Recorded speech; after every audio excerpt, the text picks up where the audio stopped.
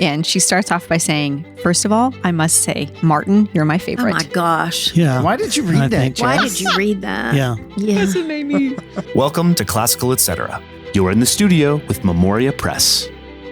Hello, and welcome to another episode of Classical Etc. I'm Jessica Aboud, and we've got the core four back today, Paul, Tanya, and Martin. And it's been a couple episodes since we've all been together, I think, right? I don't remember. Yeah, I think it's been. I had to, yeah. Oh, It's been that's a right. few. Because we did, I last wasn't week here. I didn't. Last Yeah, week I you wasn't. weren't there, and I think the week before I wasn't there. Maybe, Yeah. I've missed a couple. Seems way back in the mists of time that It we show up together. It is. It is. Well, we're all here today for another mailbag episode. We keep getting so many fantastic questions from you at our podcast at memoriapress.com inbox that we couldn't hold on any longer. We wanted to answer as many as we could today. But before we get to that, Martin, you've got a stack of books. What are you reading? I do have a stack of books. I just What is it? happened, I was out of town in California, going to Disneyland with my three kids, which was an adventure all of it. So that was itself. a right moment for you to be reading. It was, yes. Well, on the plane, my wife's taking care of the children, so I just read. Oh my gosh. A charmed And life. And so I still had a bunch of the books in my bag, and so I knew that I was going to be asked what I was reading. So I thought, well, let's grab them, Mm-hmm. bring them here. Reading, this is a galley proof. It's not out yet, but Galahad and the Grail by Malcolm Guite, which is absolutely fabulous.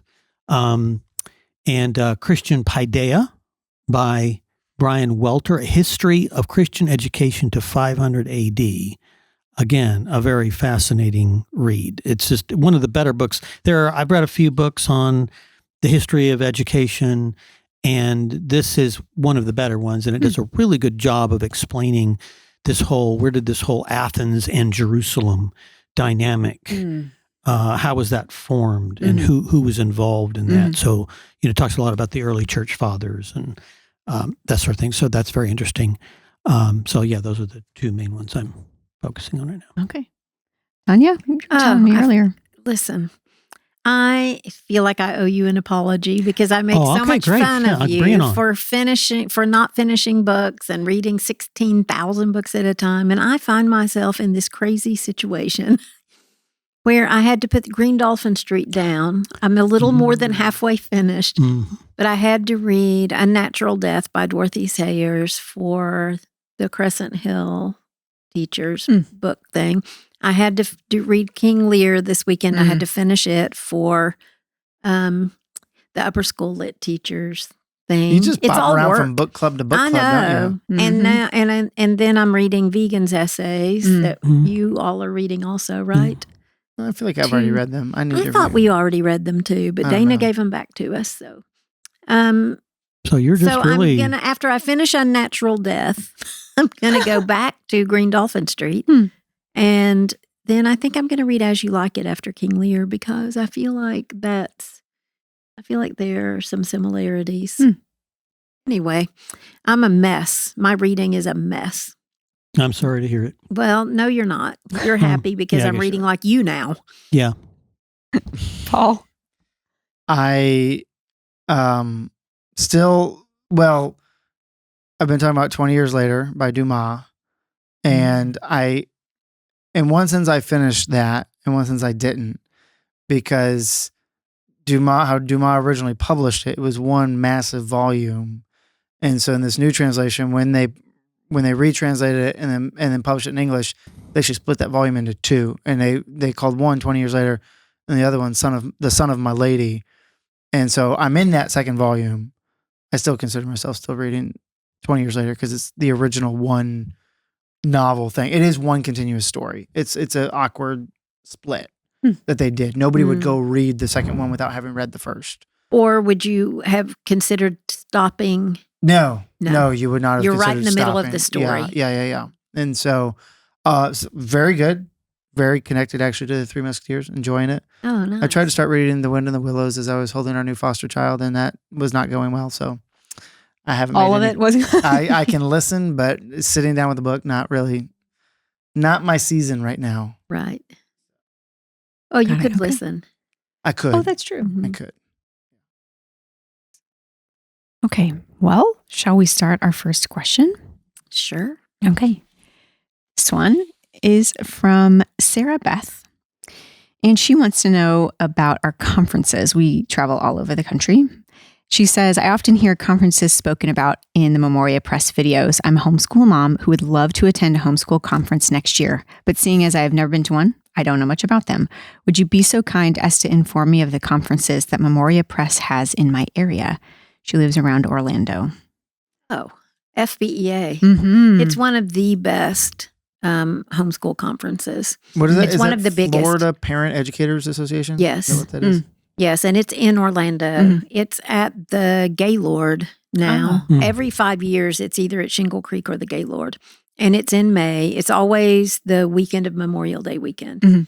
And it's well worth. There are all kinds of vendors. She's never been to one before. So I think FPEA has, and I may be wrong about this, but because I get them mixed up, but I think they've got like a shoppers only night where you can go on Thursday night and just buy that ticket, or you can buy a ticket for the whole weekend, and then it would be Thursday night through Saturday night.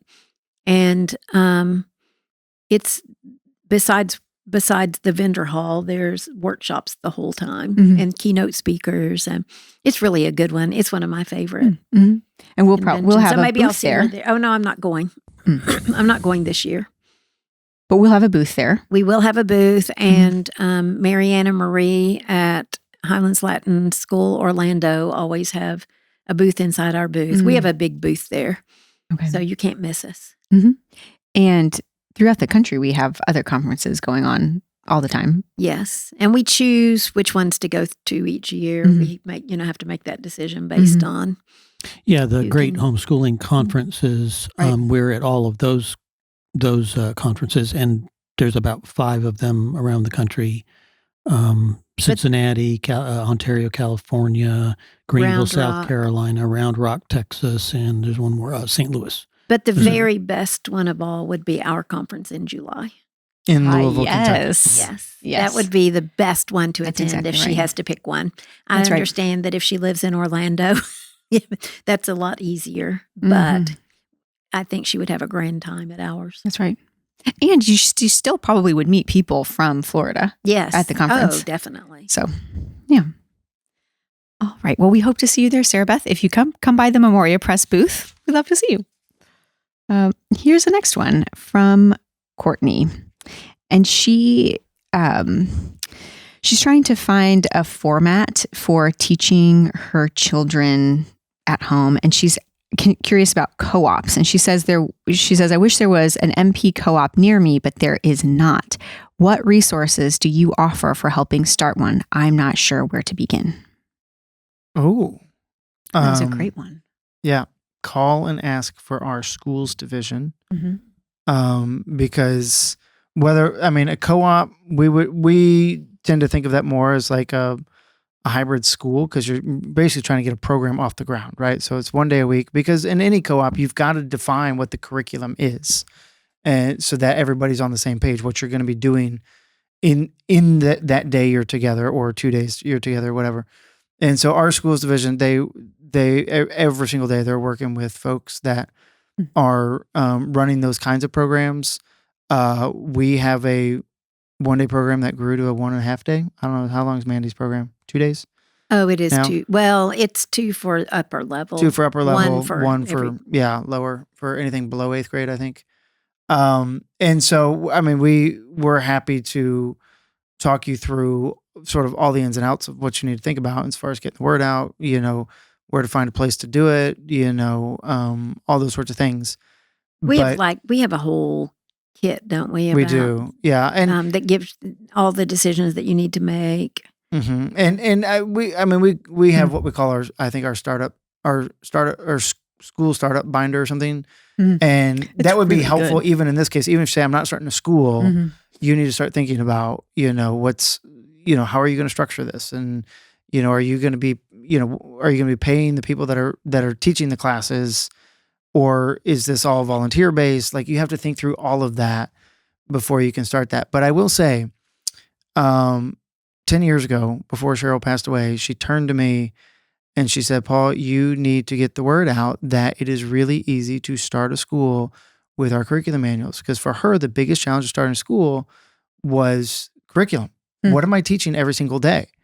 I mean, we know a challenge she had was business, but her son stepped up and did that. But for her challenge was curriculum. And that's where really our lesson plans can really help in that regard. And they could also email Andy at memoriapress.com, and he would be able to guide them in the right direction too if they don't want to call. I don't know that Andy will work. asojourner@memoriapress.com. Oh, Andy doesn't work anymore? I don't know if he ever got Andy.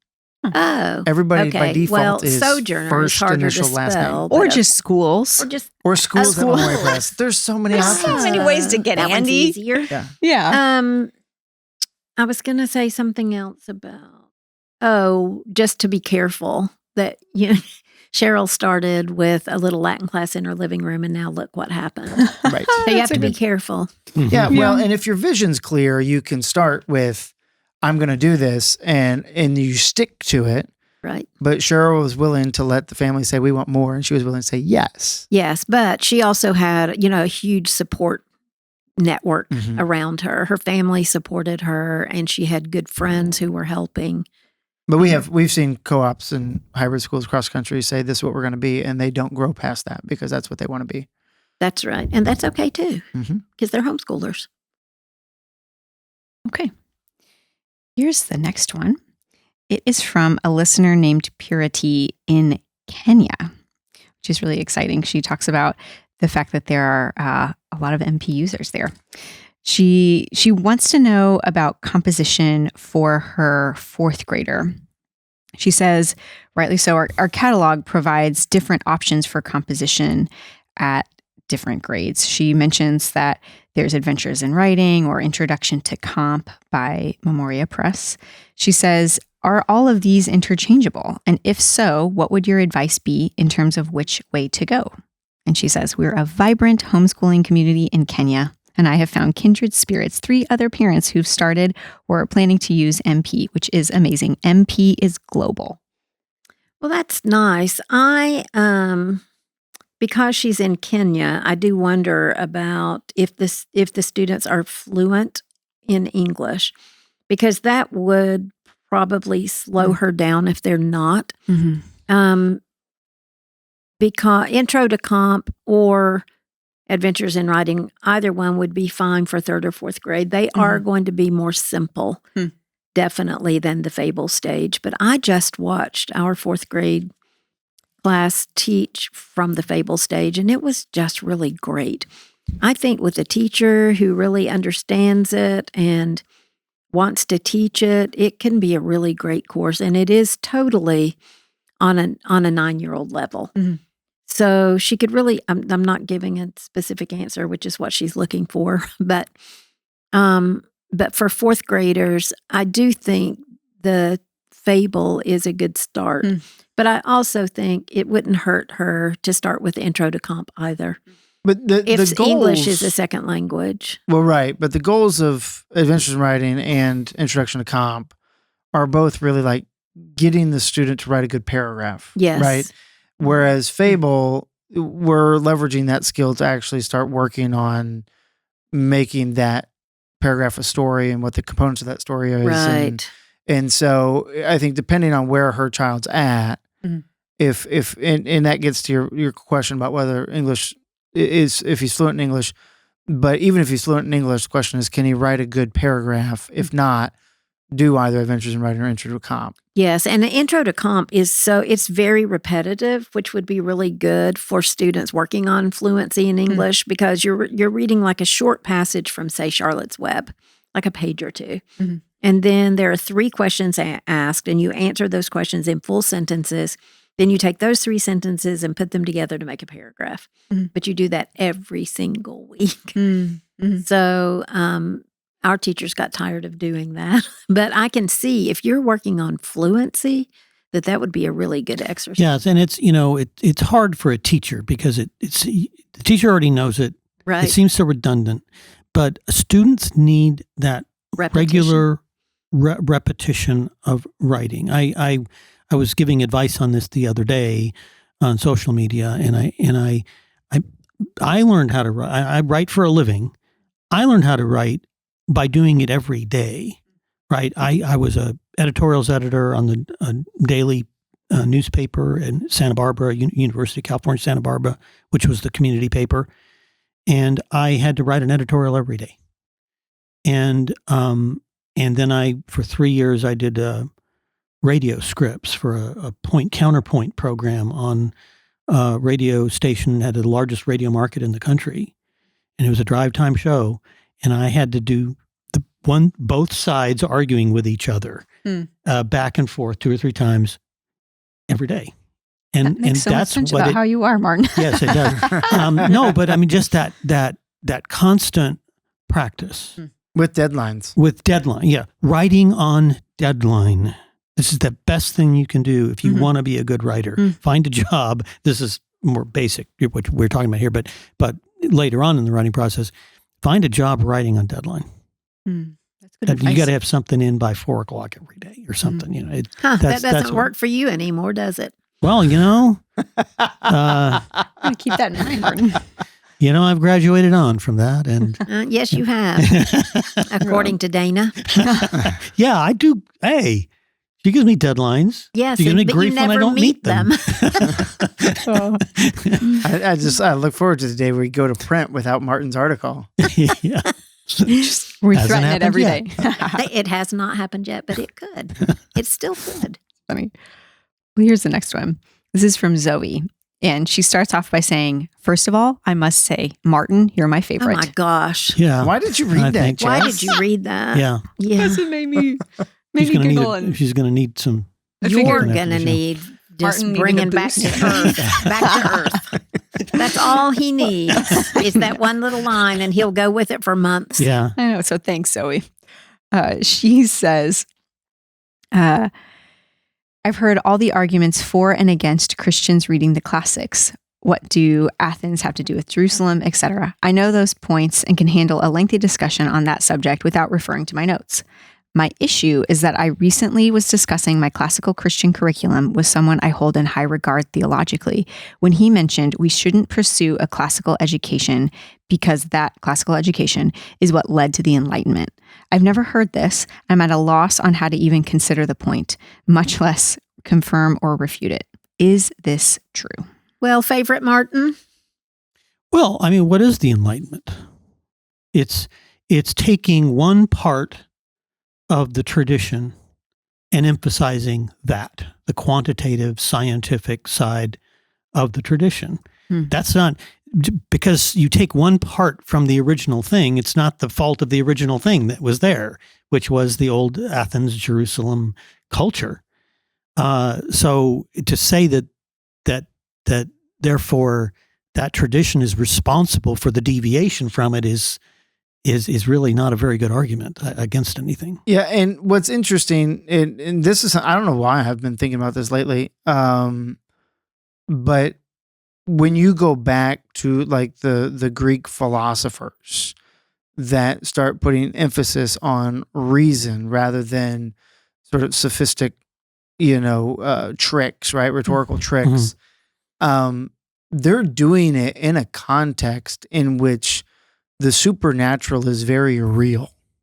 It is not a divorce of reason from the supernatural or from the divine. So this brings me to like Anthony Eslin's 10 Ways to Destroy the Imagination of Your Child, or what we just talked about with Vegan Growing about fairy tales, right? Like, it is important to have this magical reality in our lives because reality is enchanted. And what the Enlightenment does is kind of takes all that enchantment away. And so and that's one thing I think is important in the way we understand the classical tradition is, yes, the classical tradition did emphasize reason. Martin, you wrote, logic text based on Aristotelian logic, right? There's this huge emphasis on that, but it is in balance and together with all of this enchantment and the supernatural that we hold together with it. Yeah. And that, just to your point, right, that for somebody then to take that tradition and then veer off towards, or take one part of or it, take one part of it and just say the only thing we're going to consider is reason. That's not the tradition. That's a perversion of the tradition. Right. Hilary Belloc, the Catholic writer, has a book on what a heresy is. And this is precisely what he says a heresy is. A heresy is taking a piece of orthodoxy and taking that out of and apart from the rest of it and emphasizing that as the biggest thing. That's what the Enlightenment is, right? It's not the fault of, heresies are not the fault of orthodoxies, because orthodoxy has all the beliefs, encompassed in a whole. And when somebody else tries to take it apart, it's not the fault of the whole thing, right? So I just, what classical education is the whole thing. Right. But this is, I think this is a phenomenal point for us to say, like, when we are teaching children in the classical tradition, I mean, we are living in a post-Enlightenment world in which a lot of times we approach these things from an Enlightenment perspective. And so I think it is important for us to think about, right, like, how are we emphasizing what we're presenting, right? If we're presenting Aristotle in purely this sort of rationalistic sense, then we're really presenting an Enlightenment view of who Aristotle is instead of how Aristotle would have understood himself. So anytime that we're teaching something from the tradition, we need to make sure that we're trying to understand it as they were understanding it, not as our sort of the way we've been enculturated as moderns might think of it. Which is the same way we have to read the Bible, and that's difficult. It's difficult to take your own, or any history text. That's, everything's written with your own personal agenda, because you can't, how do you get rid of it? How do we, but hopefully with classical education, we've taught our students to at least think about it and be aware of the danger. Well, and the other thing too is that when this happens, when you have a whole thing that has all the parts within it, and then somebody takes one of the parts and makes that the thing, then after that, if you come after that, you got to say, well, how do I correct this? And sometimes the way you do that is by overemphasizing the thing that everybody else is missing, right? And so I think that's one of the things classical education has done, is we become so scientistic and rationalistic, and on that side of the intellect, on sort of the mathematical side, on the mathematical scientific side, that because I've heard the criticism that classical education overemphasizes the literary and the poetic. Well, it probably does a little bit, because we're trying to counterbalance this Enlightenment emphasis that we have on the scientistic. And so, I find myself talking a lot about this idea of, training all of our students to become computer programmers or something. And so our education system has gone all towards STEM and all this kind of stuff. And no, wait a minute, actually, we now know, we're seeing the results of that emphasis now, is that there are no jobs for coders apparently anymore, because of AI and all the success we've had on that side. So what do we do now? Well, we haven't trained kids for several generations to, in a broad general education that will allow them to do anything and be versatile in terms of finding a job and that sort of thing. So I do think that emphasis that some people may see in classical education on the poetic and the literary is a corrective to this very scientific, rationalistic education we've seen in recent years. Next question. This is from Matthew. And he says, I discovered classical, etc. this summer, thanks to a suggestion of a friend who enjoys discussing the founding fathers. And I've listened to almost your entire back catalog since then. He says, I'm not a parent yet, but I'm a new teacher. He says, a mere 2 months of teaching English at a public school has left me appalled at the general level of students' knowledge and ability and the school administration's priorities and approach to education. The students have failed miserably, whereas I expected to encounter students who needed to improve their writing. My students can't write a proper sentence. Goodness. He says, your podcast, however, has been a shining light in the darkness. My question is this. What advice would you give to someone new to the field who does not have a classical education but wants to teach in a classical school? I aspire to be one of the refugee teachers you have frequently mentioned on the show. Please keep up the great work. They are a source of motivation for me and many others. And so this is high school. He teaches in a public high school. Yes. Ooh. Well, because the reason I have any classical education at all is because I started to teach in a classical school. I mean, That's right. It's on the job training. I mean, you have to, know what to read. You have to, do your own self-education in terms of what books you're reading and all that. But the bottom line is you're going to be given the impetus to do that by doing it. Yeah. And His problem is he's in a public high school. Yes. And so at this point, what can he do with his students besides teach them how to write a sentence? But what can he do now? Well, even though you can't probably use, we have charter versions of many of our programs. We so do, you but can those actually use schools them. don't usually buy books anymore. Right, but you can use them Public in a schools. class. You could use them in a class. Where Yeah. would you start with high school students who can't? Well, if they can't write a sentence, I mean, you might be moving backwards to Grammar? Well, I was thinking maybe like Wind in the Willows. or Treasure Island. I was thinking, that sort of level. Yes. But then if you have this, if you have the study guide, I mean, just starting the way we would start with like a third or a fourth grader of like, let's talk about this question. Let's form a good sentence here, guys. Like, let's. And that is the key. That was always Cheryl's key, was that you start where your students are. So the last year I taught, I had 6 students that had not come through the ranks in 6th grade. They were all new, either from public school or from other private schools or one homeschooler. And they had never been asked before to answer a question about what they were reading and actually have to put that answer into a sentence. So I had to start at the beginning with them, whereas everybody else in the 6th grade was able just to do it because they'd been doing it since 1st grade.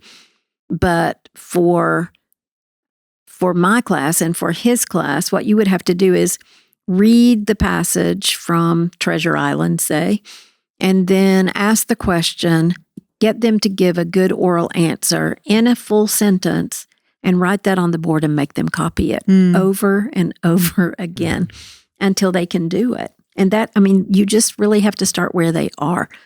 But at the end of that year, if they can write a full sentence, then you've accomplished something. And I was just going to say that if he does decide to go look for a job at a classical school, I would, if I were him, I would make abundantly clear to whoever he's applying for the job that he wants to be one of these refugee teachers. Yes. Tell him, look, like I see what's going wrong. I want to learn in a classical school because, when I've hired teachers for our online school or whatever, if somebody's coming directly from a public school, I'm worried about their integration. That's right. And so if I know the attitude immediately is, I want to come and learn. I want to be different. I want to be different. I want to learn what you're doing so that I can do the same thing.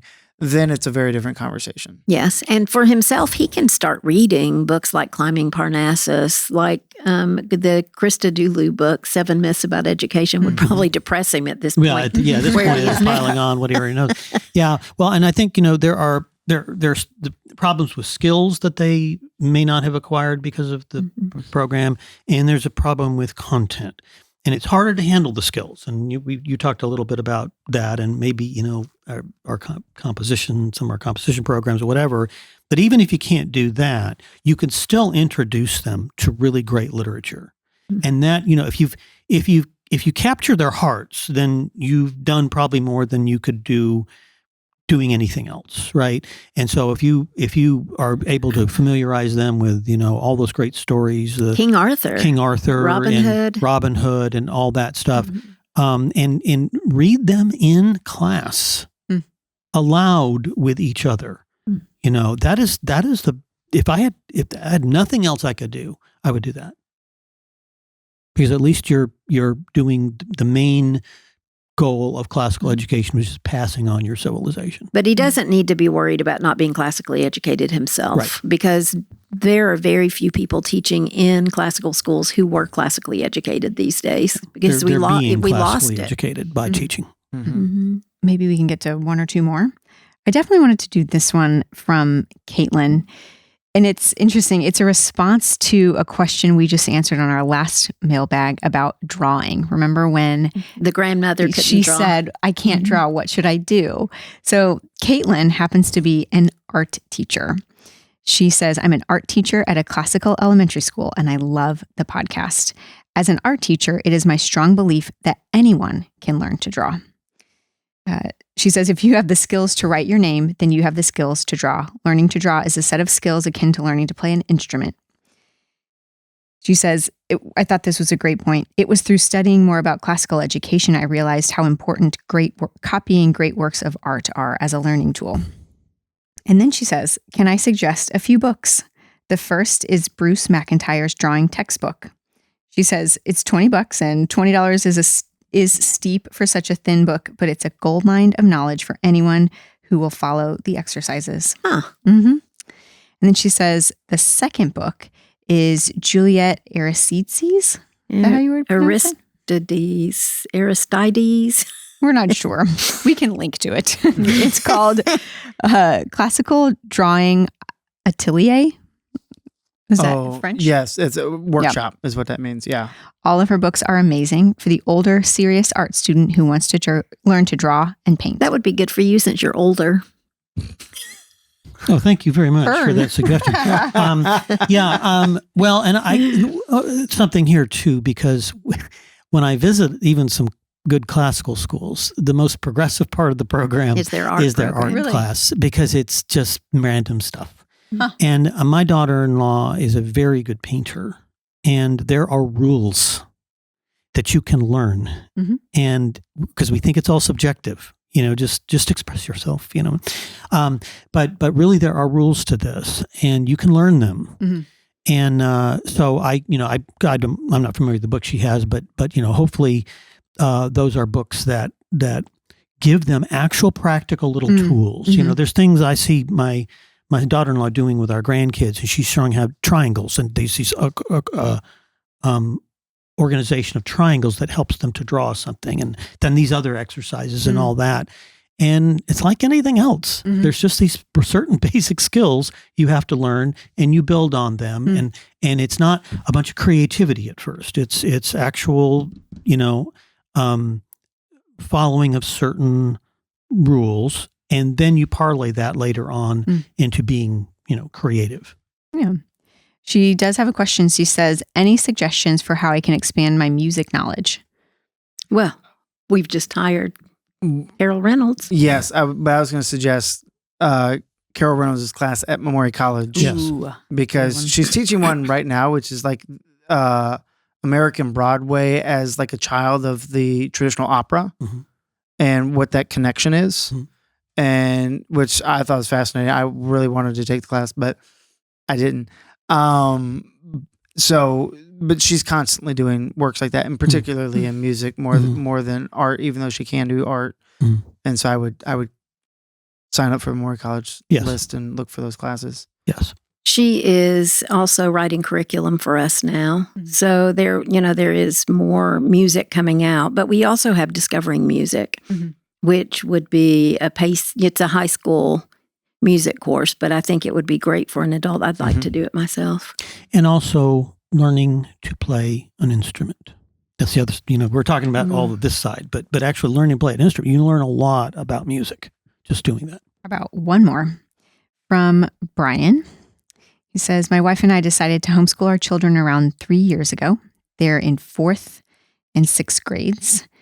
And he says, we don't utilize any classical education curriculum, but after discovering the Classical Etc. podcast a few months ago, I've decided I would begin slowly introducing them to some classical elements.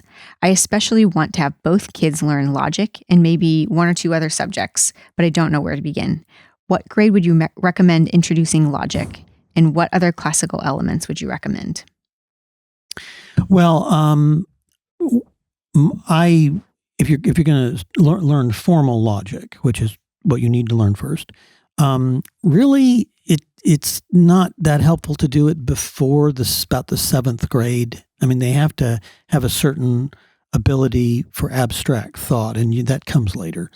And so I developed my programs starting in the 7th grade, and doing Traditional Logic 1 was the result of my teaching that, the book I wrote, and then Traditional Logic 2 in the 8th grade. And then, there's the other side of logic, which is the more sort of metaphysics side of logic, which is in my Material Logic book.